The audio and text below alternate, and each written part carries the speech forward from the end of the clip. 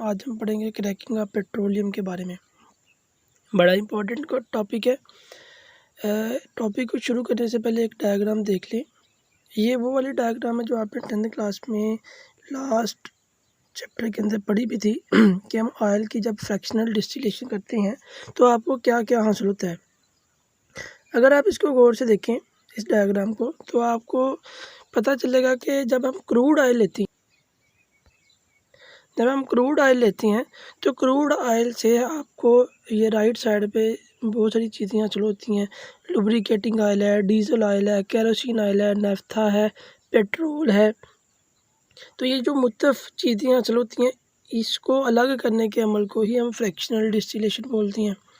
तो हम ऑयल की जब फ्रैक्शनल डिस्टिलेशन करते हैं तो आपको मुख्तलिफ प्रोडक्ट हासिल होती हैं। इसी तरह जो गैसोलीन है उसमें 4 से 10 तक होती है, मतलब कि इसमें कार्बन की तादाद कम है। लाइट गैसेस में और कम है, गैसोलीन में थोड़ी सी ज़्यादा है। नेफ्था के अंदर मज़ीद बढ़ गई, 4 से 11 है।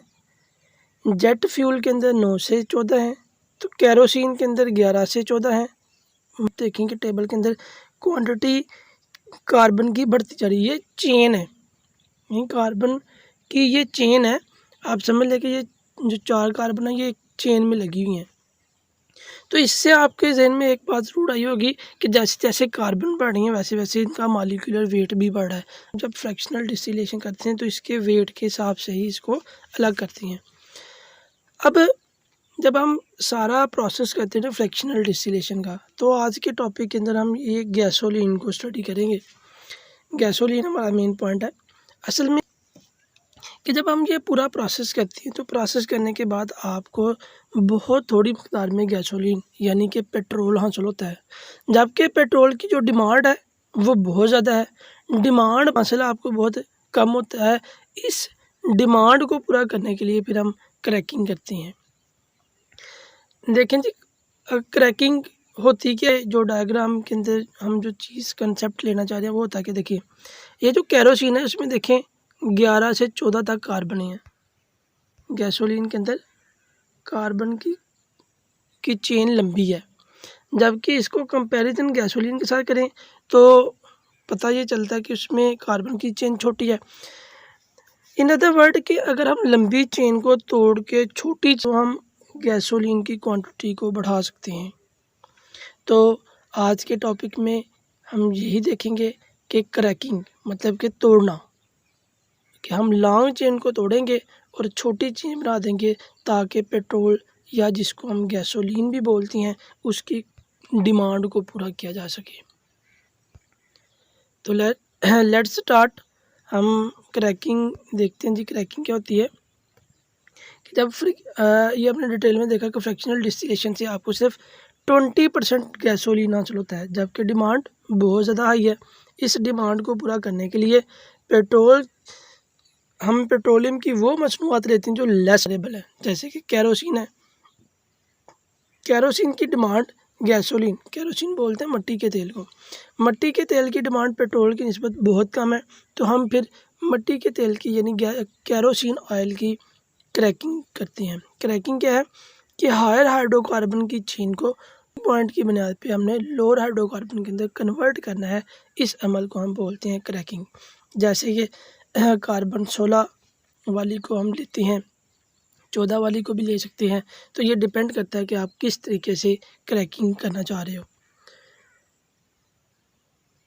तो क्रैकिंग लॉन्ग चेन इसमें कन्वर्ट की जाती है स्मॉल चेन के अंदर। आमतौर पर अल्कीन और अल्कीन हासिल की जाती हैं, यानी ये जो छोटी चेन आपको हासिल होगी इसमें सारे सिंगल बॉन्ड भी हो सकते हैं और डबल बॉन्ड भी हो सकते हैं। डिपेंड करता है कि आपने कौन सी कंडीशन अप्लाई की है। इसके 3 तरीके हैं क्रैकिंग के। क्रैकिंग थर्मल क्रैकिंग भी करते हैं, कैटालिटिक क्रैकिंग भी है और स्टीम क्रैकिंग भी है। हम देखते हैं जी थर्मल क्रैकिंग के बारे में। थर्मल आ रहा है कि आपने थर्म करना है, हीट देनी है। तो इसको हम वेरी हाई टेम्परेचर पे गर्म करते हैं, तकरीबन 700 डिग्री सेंटीग्रेड पे इसको हीट अप करते हैं और इससे लार्जर मॉलिक्यूल स्मॉलर मॉलिक्यूल के अंदर कन्वर्ट हो जाती हैं। वैसे भी आपने पढ़ा हुआ है कि जब भी हम किसी चीज़ को हीट अप करते हैं तो उसकी मूवमेंट बढ़ जाती है, लेकिन जब हम वेरी हाई टेम्परेचर पे उसको हीट अप करती हैं तो फिर उसके मालिक्यूल ब्रेक होना शुरू हो जाती हैं। तो ये काम हम हाई टेम्परेचर और हाई प्रेशर पे करती हैं। इसका फ़ायदा ये है कि आपको अनसैचुरेटेड हाइड्रोकार्बन मिलेंगी, मतलब कि डबल बॉन्ड वाली या ट्रिपल बॉन्ड मिलेंगी। इसकी एग्जांपल ईथीन और प्रोपीन है। इसी तरह कैटालिटिक क्रैकिंग है। कैटालिटिक क्रैकिंग के अंदर हम टेम्परेचर थोड़ा सा कम देते हैं थर्मल क्रैकिंग की निस्बत। आपको पता है जब भी हम कोई कैटलिस्ट यूज़ करते हैं तो कैटलिस्ट रिएक्शन को तेज़ करती हैं और आपको गिवन जो कंडीशंस हैं वो कम देना पड़ती हैं। इसीलिए जो कैटालिटिक क्रैकिंग है वो थर्मल क्रैकिंग से बेहतर भी है कि आप 500 टेम्परेचर देते हो और प्रेशर भी आपको बहुत कम देना पड़ता है कि आपको सिर्फ 2 atm प्रेशर देना पड़ता है।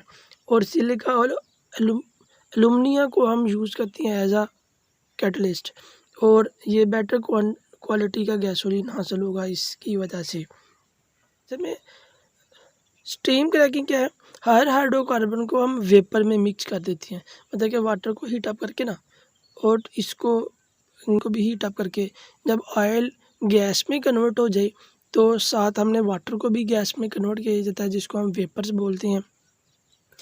तो दोनों को हम मिक्स कर देते हैं। मिक्स करने के बाद इसको सडन या रैपिडली कूल करते हैं। जब रैपिडली कूल करें और हाई टेम्परेचर आपने 900 डिग्री, यानी दोनों को मिक्स करने के बाद आपने 900 डिग्री सेंटीग्रेड टेम्परेचर देना है। उसके बाद फ़ौरन रैपिडली आपने उसको कूलिंग करनी है और उसकी वजह से आपको अनसैचुरेटेड हाइड्रोकार्बन अगेन मिलेंगे। इम्पोर्टेंस की बात करें तो ये आपको इससे हाई यील्ड मिलती है गैसोलीन की, डेफिनेटली कि गैसोलीन आपको सिर्फ 20% नहीं मिलेगा, क्रैकिंग से आपको इसकी क्वांटिटी मज़ीद ज़्यादा मिकदार में मिलेगी। और इसके बाई प्रोडक्ट भी मिलेंगे जो कि बहुत यूज़फुल हैं। ईथीन है, प्रोपीन है, ब्यूटीन है, बेंजीन है। इसके अलावा मुख्तलिफ़ किस्म के केमिकल्स, इथानॉल, फिनॉल और एसीटोन भी आपको मिलते हैं, ये भी बहुत ज़्यादा यूज़फुल हैं। इसके अलावा इसको हम यूज़ करते हैं ड्रग्स, प्लास्टिक, डिटर्जेंट्स और फर्टिलाइज़र बनाने में, ये मुख्तलिफ़ किस्म के प्रोडक्ट। इसी तरह ये वीड किलर के तौर पर भी काम करती है।